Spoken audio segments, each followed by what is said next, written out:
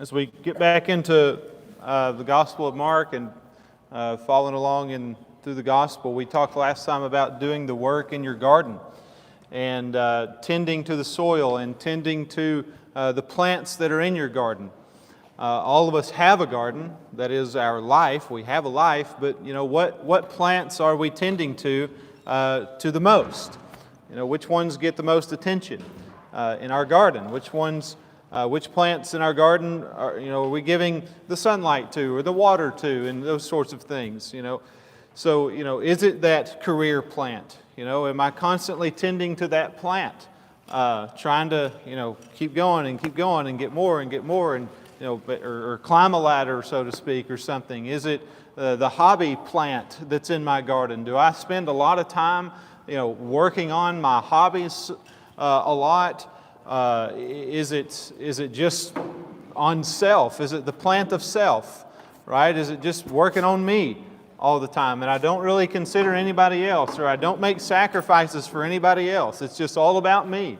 Which plant in your garden are you tending to the most?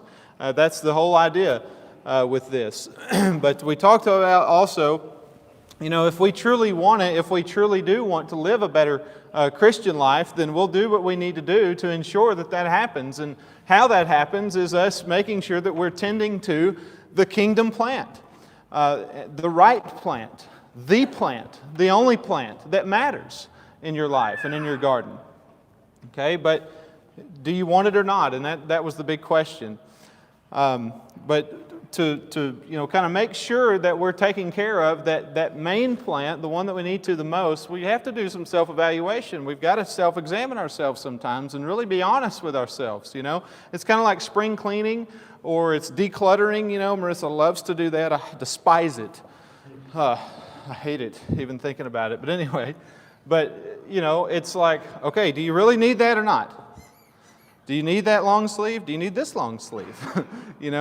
So it's kind of like that, but you have to do that with your life sometimes. Do I really need this?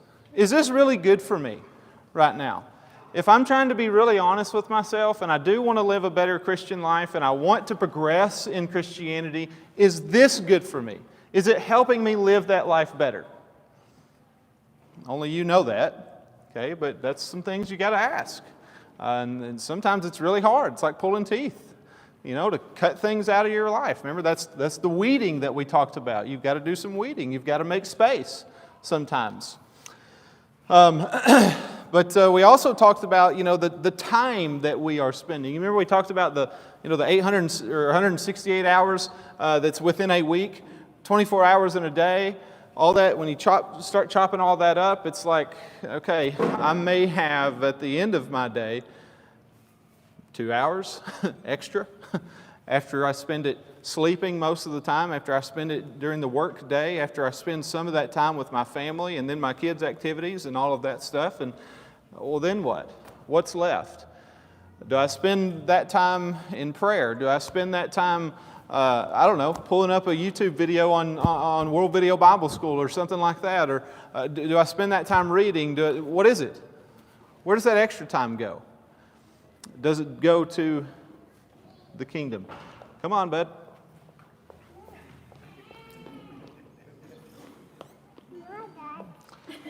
Yeah, come on, bud. That backpack's weighing you down. Very well.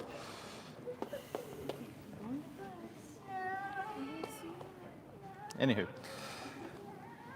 But we left off with Jesus teaching in parables and explaining in private to those who want to know more. Remember, it's not that Jesus purposefully tried to withhold information. It's not that He took only a certain group aside and said, I'm only going to give this extra stuff to you guys. No, that's not what He's doing. He's not withholding information, but He is explaining privately to those that actually do want to know more and want to know, explain to me this, Jesus. Okay, I'll explain that to you. But the rest of people, they're only going to get things in parables. That's as far as they're going to get because they don't want to go deeper. They don't want to know more. Okay, and so they only get it in parables. All right, so we pick up in verse 35. Someone grab 35. On the same day when evening had come, He said Okay, so verse 35, we have an obvious shift in the text right here. Okay, he says on that day they're going to go over to the other side. So the shift is that we're moving now away from the teaching section in Mark, and we're moving into now the miracle section in Mark. So there's a shift there. We're going to stop talking so much about the teachings, and now we're going to move into a miracle section. Okay, and that'll be for a couple of or for a few chapters. But so he says on that day. All right, so on the day that he was teaching all of them about the soil and the seed and all of that stuff that we went through chapter 4, on that very same day, now they are going to go over to the other side, as it says. And so going over to the other side, typically, not all the time, but typically that phrase, let's go over to the other side, what that means is, typically they're leaving Jewish territory and they are going to go and move into Gentile territory now. And we'll see that because they're about to come upon the Gerasene demoniac. All right, but so we're moving away from some of the Jews and some of their territory, and now we're going to go to the other side, and we're going to get into some Gentile territory. So they're going to cross the Sea of Galilee, and that's where they're going to go. Again, not in every case, but most of the time. All right, verse 36, it says, leaving the crowd, they took him along with them in the boat, just as he was, and other boats were with him. All right, so he leaves the crowd behind that he just taught. But notice in the text, it says that there are other boats with him. So typically when we get into this, and this is we're about to get into where Jesus calms the water, right? And he calms the storm. But typically when we get into this, we always kind of think of it like it's just them. It's just Jesus and the 12, right, in the boat. But I want you to notice there are other boats on the water with him. That's what it says. So it's not a private miracle. That's what I'm trying to get at. It's not a private one. It is a public miracle, actually. There are other boats on the water. Okay, so basically Jesus gets in the boat and everybody else got in their boats with him. They got in their boats and we're going to follow Jesus. Okay, so the crowd, again, you remember the crowd. We'll talk about that in the sermon a little bit, but the crowd, they continue to follow him. If Jesus is getting in the boat, I'm getting in the boat. I think there's a lesson right there. Wherever Jesus goes, I mean, don't we sing that song? Where he leads, I'll what? Yeah. We sing that all the time. And so there's a little lesson there. If Jesus is getting in the boat, buddy, I'm getting in the boat and I'm going to take across the sea with him too. I want to be where Jesus is. All right, so somebody grab 37 now. Furious squall came up, and the waves broke over the boat so that it was nearly swamped. All right.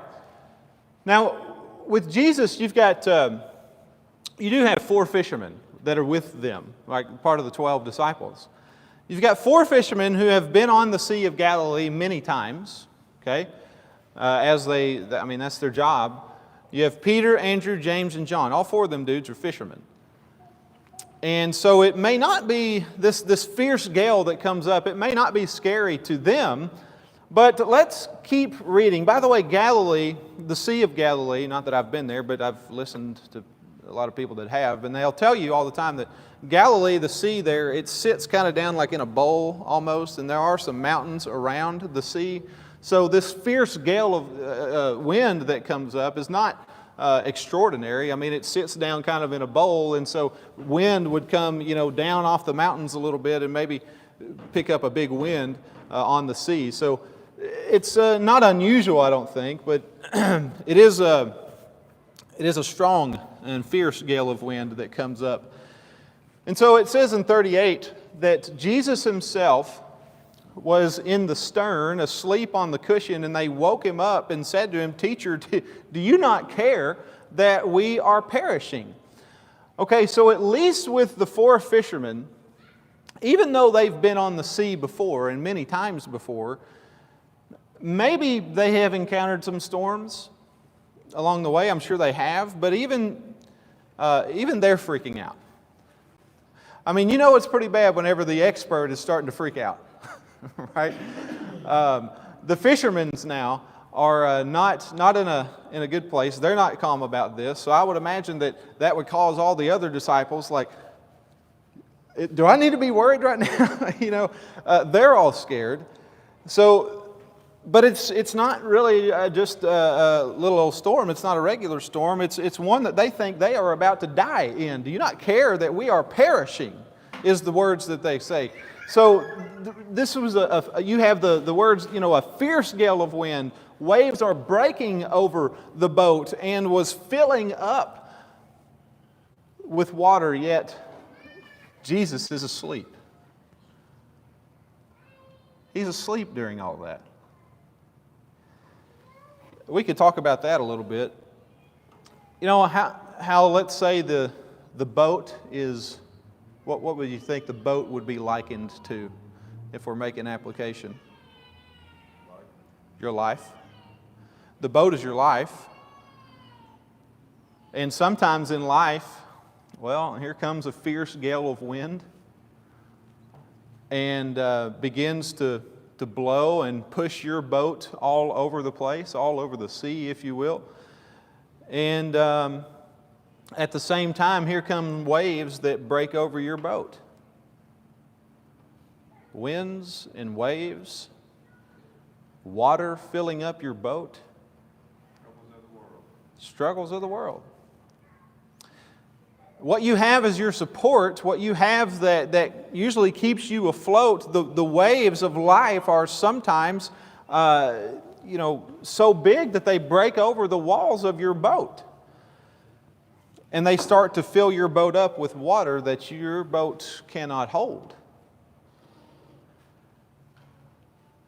What do we do when that happens? Maybe think about the last time that did happen in your life. What did you do? We were scared. Yeah? Panic.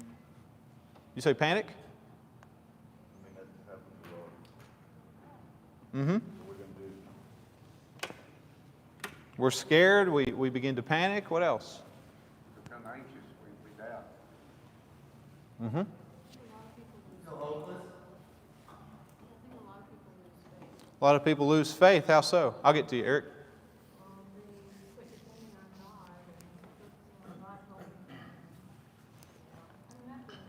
Yeah. Physical things are happening, you're like, what can I do to stop this? Yeah.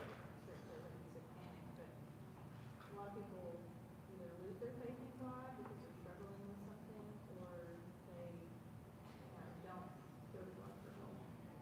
Mm-hmm. When you start to panic, you can begin to start losing your sense of faith.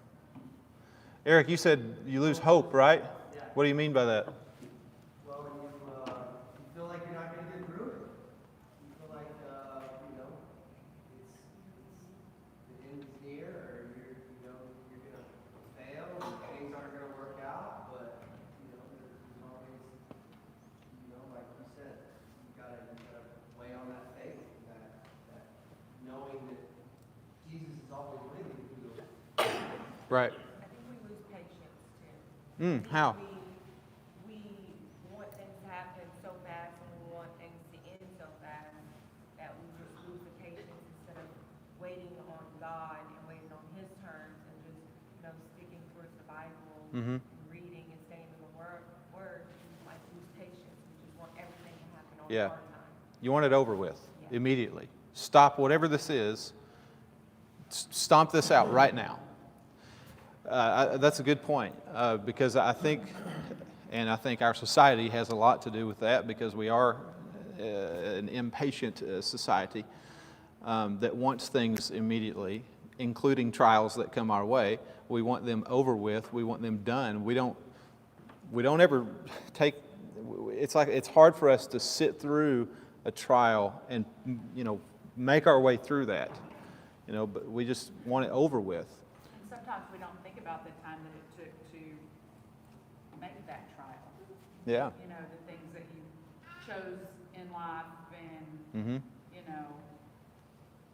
sometimes it takes a little bit and then you have the trial. Well, to fix it, it may take the same amount of time. Yeah, and you've got to push through it, and it's not easy to do. And yeah, some of the decisions that we make bring those trials on. That we don't even Yeah, realize. right. So yeah, I mean, all very good things. That's what happens. For those sometimes we have Absolutely. to pay for. But during the time, you're not thinking about it, you know, you're doing your thing. Yeah. You get the consequence. And those decisions affect you down the line, right? It's like an equation, you know, where you're doing long division. I always liken these things to, you know, you can do something up here, but if you make a wrong choice or you put something wrong up here at the top of your long division, right? Well, the outcome is going to be wrong, wrong or different than what it, you know, you hope for at least. So decisions really do play a big part in our lives, but all of those things happen whenever we are pressed with waves, right, that begin to break over our boat. It's trials that come to us, and that water, so to speak, starts to fill up our boat, and sometimes people can't handle all of the water or waves or the wind. You know, too, though, sometimes people tend to wait, like as far as leaning on God in things during those trials. It's unfortunate that sometimes people tend to wait until the fierce gales come and the waves begin to break over your boat and the water fills up, and it's at that time that people begin to reach out to God. God, save me from these waves. Save me from this wind that's pushing me around. And they treat God as if He is an emergency God. Whereas, where have you been this whole time? Where's your relationship been with God this whole time? Why do you want to just reach out to Him now whenever everything's going wrong? Well, we need to watch out for that, you know. You got to keep that relationship going. Let's not treat God as the emergency God. Well, it kind of ties back into like last week with the garden and what plant is the strongest. And if your other seeds are the stronger seeds, those are the things you're going to cling to in those times that are going to help. But the seed that you need to be the strongest, if it's fully rooted, that's the seed you're going to pull on because that's the one you're most familiar with. Yeah, you're going to cling to that one. But if it's not the biggest plant in your garden, and we know, like, a lot of people and people that aren't Christians and stuff, how do they deal with trials?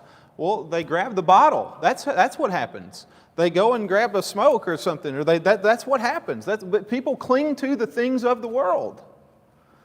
And they cling to a drug, and they cling to all this other stuff when trials happen. But the kingdom plant's got to be the biggest one in your garden. I mean, we talk about all the time amongst us, how do people do it? How do people do it without God?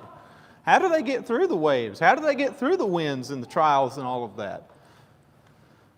I don't know. I mean, I guess I do know. I mean, I've been there before, but... I mean, can't God say no? I mean, sometimes you've created your own trials. And so this is your consequence. I mean, this is... Because some things, you can't unscramble an egg sometimes. Yeah. And then we want to blame God Right. for some of those things. Your choices, and sometimes you just need to learn how to live in this environment that you may have created that other people are also involved. Yeah. Because it's not just a one-person thing. Yeah, it doesn't just affect you.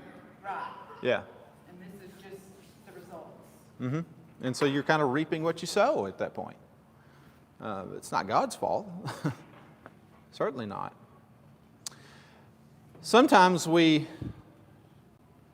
finally go to God and we say kind of what they said, do you not care? Do you not care that I'm perishing? Do you not care that all of this stuff is happening to me right now and in my life? Don't you care, God? And maybe we think God is sleeping. But I think sometimes He's there with you to show others that you have something that they need to latch onto because you're able to get through a situation because of sometimes God might put you through something so he can show others through you that he's Yeah, there. you can look at it like that. Yeah, and using your trials as a means to for other people to look at and say, I can do it. You know, he did. He got through it and stuff. Well, it's Um, more or less he's getting through this, not more or less Mhm. I'm getting myself through. Absolutely. You know, more or less giving it him his life instead of me trying to say, oh, I'm the one getting. Yeah, you glorify God through it. Yeah, absolutely. Um, And that's a tool to, get others to come to Christ. mhm, mhm. Learn about that. That's, I think, is one of the things that Peter will discuss in his writings about how, your trials can be, when somebody asks you, how in the world are you doing this? How are you making it through this trial? Well, I've got God, and that can lead to a discussion and those types of things like that. But sometimes we think God is asleep during our trials, but is God sleeping? I mean, do you think when you're going through hard times in your life, do you think that God is sleeping on you? What do you think? I think it's more of a test. Can be, I think. God's going to allow us to make our choices. We have free will, and that free will and the choices you make develop our character, who we are. God allows man to make free choices. Mm-hmm. Now, there's a lot of doctrines, this is a big issue, Mm-hmm. of just that word free will and choices. Can we be perfect? And a man, I read a book, and he said this, and it really stuck out. The people say, well, in the church, people think they're perfect, or you can or can't be perfect, but can we be perfect by our choices? We absolutely can. How? And he said it like this: can you do and make the right choices for 1 minute? We can. Mm-hmm. He went on to say, can you do it for 1 hour? We can. Can you do it for a day? Can you do it for a month? Can you do it for a year? Can you do it for eternity? We have the choice. We can't make choices freely our whole life. We're going to mess up. But it really stuck with me how our choices are our choices. Right. Belong to you. Right. Well, one of the ways I look at it is like as a parent, you tell your kids not to do something a lot of times. Y'all probably getting there now. And, Every day? right? You just wait, man. It's coming. But They're not going to listen to you. inevitably, they're gonna have to fall down and skin their knee. Yeah. Yeah. I don't want that to happen, but there's gonna be a point in time where they have to make a choice, like, Right. I told you not to do that, now you fell down, skinned your knee, okay, so Right. you hope that Did they learn? they I learn. think we Yeah. have to be willing to accept consequences, and that's what we're not willing to do, is accept consequences. Like with, you skin your knee, yes, it's gonna hurt, and I think that's what, because we start thinking of ourselves, of course, naturally, and we Yeah. don't want to. Right. But I think that's what we need to, and sometimes the consequences are harsh because of the choices that either people around you or you made. Right. And you have to learn to live with it. You do, and it's not easy. Well, even when we get to take care of the spiritual part of it, there may be still stuff we have to pay for Absolutely. physically, and it may be a while. Mhm. God has forgiven you. Yeah. Mhm. And that's why we have Jesus, and the plan of salvation is the fact that we can make choices and do the right thing, but God knew that we wouldn't. And we're not going to be perfect. Right. I'm not saying that you're going to be, but you can strive for perfection because we're called to be holy. Yeah. We're called to be like Him. And we should strive. These are things that are just challenging, but doable. Yeah. He will command us to do it if they want to do it. So God is not, I think we understand that God is not asleep at the wheel just because we're going through trials and maybe it seems like there's no help at the moment. He's not sleeping, but maybe God is letting you go through those tough times. Maybe He's giving you, think about it like this, maybe He's giving you an opportunity for you to lean on Him. Maybe there's a thing too. Maybe we sleep on God sometimes. But we should never think that God is asleep and that He doesn't care. That's what they asked, Do you not care that we're perishing? We should never ask that. We know God does care for us, okay? But He does want us to trust Him through the storm and trust that He can calm the storm.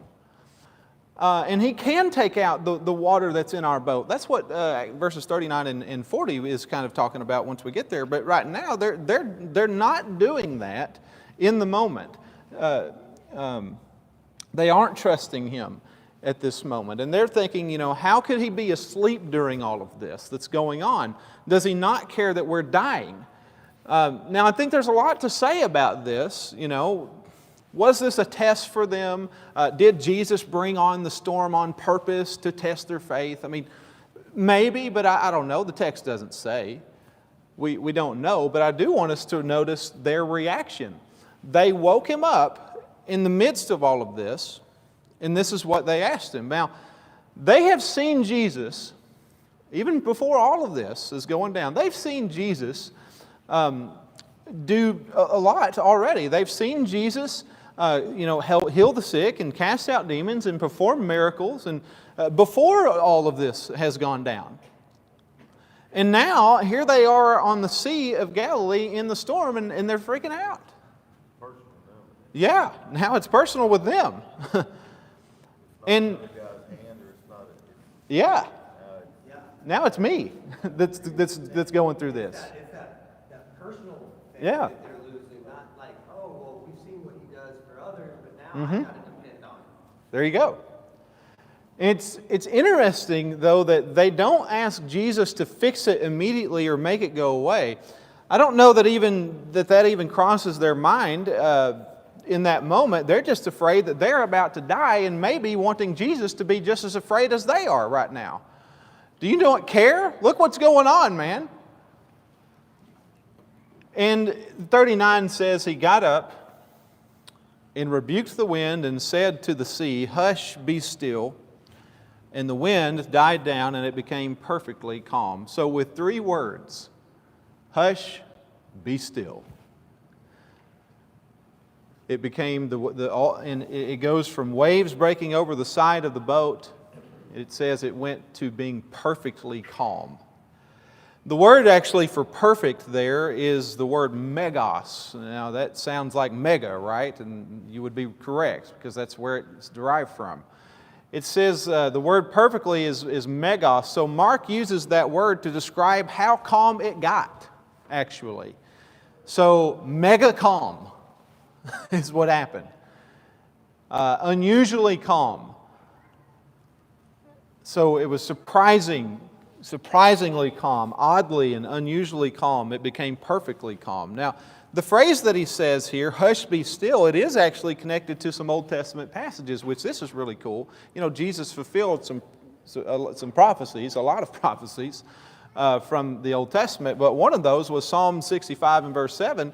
It says, who stills the roaring of the seas, the roaring of their waves, and the tumult of the peoples? Oh, sorry, that wasn't. There we go. Did I miss those? I don't know what happened. There's 65:7. Psalm 89:9 says, "You rule the swelling of the sea. When its waves rise, you still them." Isn't that cool? You have these psalmists talking about these things. And then in another one, Psalm 107, verse 29, He caused the storm to be still so that the waves of the sea were hushed. That's prophetic. And that's pretty cool. So it's interesting that you have these psalms that speak about how God has this power over nature. And then here we see Jesus doing those very things. Now, if these apostles knew their scriptures, they should be connecting this to, oh my, this is the Son of God. This is Jesus. Wow. You remember those psalms that we used to read as a child? Do you remember that? He's fulfilling that. He's doing that. They ought to be making that connection. I don't know that they really are yet, though. But verse 40, it says, yeah.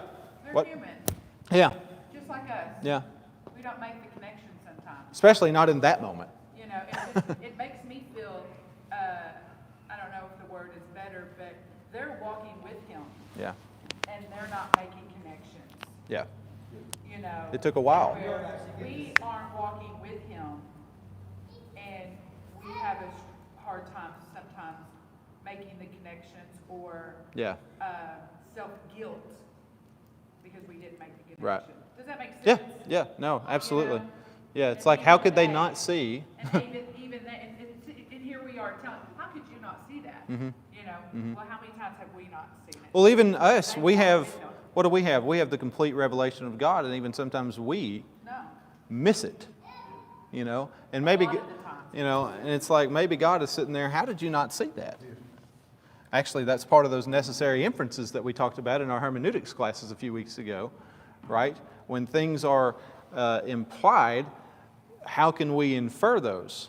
And Jesus called out the Sadducees on that deal, right? When about the resurrection and what's going to happen and so forth. And they're like, haven't you read? That's what Jesus said. Don't you know these things? Anyway, yeah, very same thing though. So verse 40, it says, he said to them, so after he calms the storm, it says, he said to them, why are you afraid? How is it that you have no faith? What did Jesus equate their faith with?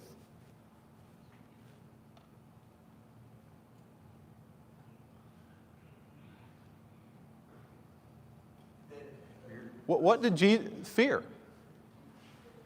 Jesus equates their faith, lack of faith, therefore, with fear. In that moment, they were afraid.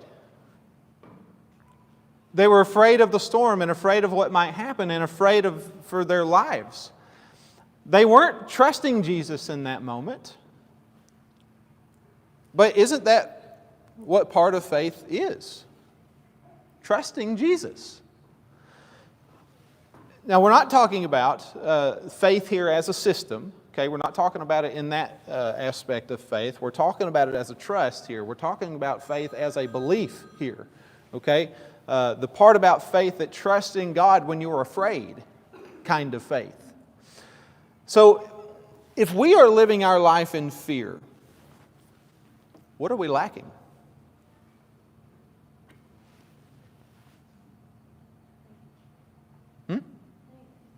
Faith. If we're living our lives in fear, we're lacking faith. We're lacking trust. We're lacking a belief in God's ability to get us through this storm. That's exactly what Jesus equates it to. Even though he's, it's just like Psalm 23 verse 4 here. Even though, David says, I walk through the valley of the shadow of death, I shall fear no evil, for you are with me, for your rod and your staff, they comfort me. So even though he's in this valley, there's still a calmness there. But that peace and calmness comes from a deep trust in God and knowing that whatever happens, I'm going to be okay. And certainly if I'm a Christian, and maybe I'm faced with life-threatening things like this, and if I really do trust God, I can have that same sense of calmness David did. Because even if, whatever it is, even if it takes my life, well, I'm really going to be at peace then because I'm going to be with God, which is a win-win. I've heard it said that sometimes we say we trust God to get us through the storm, but what we mean is that we trust God to end the storm. We always want God to make the storm stop and go away. But sometimes that doesn't happen. Sometimes those storms in our life persist and they keep going, and sometimes they end up taking our life. That happens. But what happens if I have a debilitating disease or something, and maybe I'm praying, God, please end this, whatever it is. God, please end this. I'm tired of suffering. I'm tired of hurting. I just want it all to stop. Please stop it. What happens if that disease ultimately takes your life? would the storm be stopped?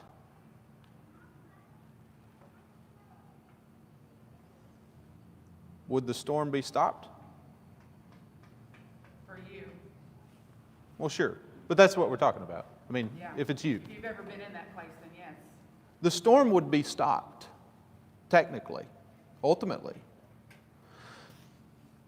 It might not be exactly what we wanted, but it may be the case that God granted you what you were asking for. That may have been His way of stopping the storm for you. You see, if we're praying for something like that to end, and that's the way that it happens, one could argue that God took care of that for you. And then that calmness that you wanted, you then can receive that on the other side. And it's hard to think like that, though, I understand, because that's not what we want. We don't want the worst to happen. We don't want to die. But, yeah. Jesus is trying to move them to the point where they're starting to understand spiritual matters. Because Right. just like you said, they're thinking about losing their life. Right. Physical life. Right. And Jesus knows what's coming because He goes on to tell them. And He's roping in faith with it. When He says, take up your cross and follow me, Right. who loses his life for my name's sake will save it. Who saves his life will lose it. Yeah. He's trying to move them because He knows what's fixing to happen with Jerusalem. Yes, He knows yes. the judgment in history. And they're needing to start understanding that they're going to lose their life. Yeah. But that's okay. Yeah. Because Jesus said, like in Hebrews, that's what it said. He said that inasmuch there is children, they have partaken of the flesh and blood. He Himself likewise shared in the same, that through death He might destroy him who had power of death, that is the devil, and release those through fear of death all their lifetime are subject to that bondage, to that fear. He's moving them into a spiritual matter. Yeah. Because it's coming. Yeah. So the spiritual aspect of it is always hard to think about because, you know, we are so much focused on the here and the now and the material. But we can lose sight of trusting God and the peace and the calmness that is with Him sometimes through the storm. Now, verse 41, it says that they became very much afraid and said to one another, "Who then is this that even the wind and the sea obey Him?" So now they are very much afraid, it says. They were afraid of drowning in the storm, but after He calms the storm, now they are very much afraid. The same word that is used for that word perfect, megos, is used for very much afraid also. In mine it says, and they were filled with great fear. I think that's the idea. That's ESV gets it right there. Yeah. So they became mega afraid. They're filled with very much fear, mega afraid. But why? Why would they be afraid? Jesus calmed the storm. He made it stop. Well, what are they afraid of? They're afraid of Him. Because they're like, Yeah. how did He do that? Yeah. And like, Yeah. we were like left for dead and now He just stopped everything. Now they are afraid of Him and His power. I think I would be too. Because this dude just talked to the earth and the weather and made it stop. But it's interesting because it shouldn't be a shock to them, should it? I mean, they've seen what Jesus can do. He's already performed miracles. He's already healed the sick. He's already cast out a lot of demons. This should not be a shock to them. I'm sure it's always a shock when you witness things like that. Oh, yeah. Yeah. Yeah. But this miracle, you know, they've witnessed miracles, but this miracle really freaked them out. It did. Very quick, too. But back to the name of the class. I mean, who is Jesus? That's exactly what they ask. Who is this? That even the wind and the sea obey Him. Jesus is the one who has the power to calm storms. That's who Jesus is. He's got the power over the storm. Hush, be still. That's Jesus. And we need to be recognizing those things too, just like they did. And we need to see those very same things. So, when these questions are posed about who He is, we need to pay attention to those as well, those very same questions. The writing is still meant to help us understand who Jesus is at the same time. But when they asked this, it shows that they still didn't quite get it. You remember the demons knew. The demons confessed exactly who Jesus was. You're the Son of God. But they still weren't putting these things together. They're afraid of Jesus right now. But we don't need to be afraid of the one who calms the storms. Now we need to fear Him. Let's not get this twisted. We absolutely need to have a healthy fear of God. You need to fear Him. Why? Because He just said, hush, be still. What do you think He can do with you? It's like when the Israelites were looking up at the Mount Sinai and they were like, tell Him not to speak to us anymore. I can't hack it. There's a fear that's there that we need to have. But at the same time, you don't need to fear the one that can help calm the storm in your life. Does that make sense? We still shouldn't fear Him. But I do kind of wish that we felt what they felt, because we need that sometimes. And I think today, in today's society, we lose that sense of fear that they felt in that moment. Because of whatever reason, but we do need to understand how powerful He is and what He can do. But they were afraid of His power. But here we had a physical storm. Jesus calms the storm. But as we move through this miracle section, Mark is going to highlight these people that have storms in their life. So you have the man in the country of the Gerasenes who had the demon. The woman, this is all coming up, the woman who had the hemorrhage, and then Jairus' daughter. And we're going to see Jesus being that calming factor in those storms that these people are in. And Mark is showing us that it's Jesus that we need to trust in the storm. And He's not the one that we need to necessarily be afraid of. He needs to be the one that we are trusting in. Okay? Go ahead. Okay? Is that the second bell? Oh, rats. All right. Okay. Well, we didn't have much more, but we'll get to it next week.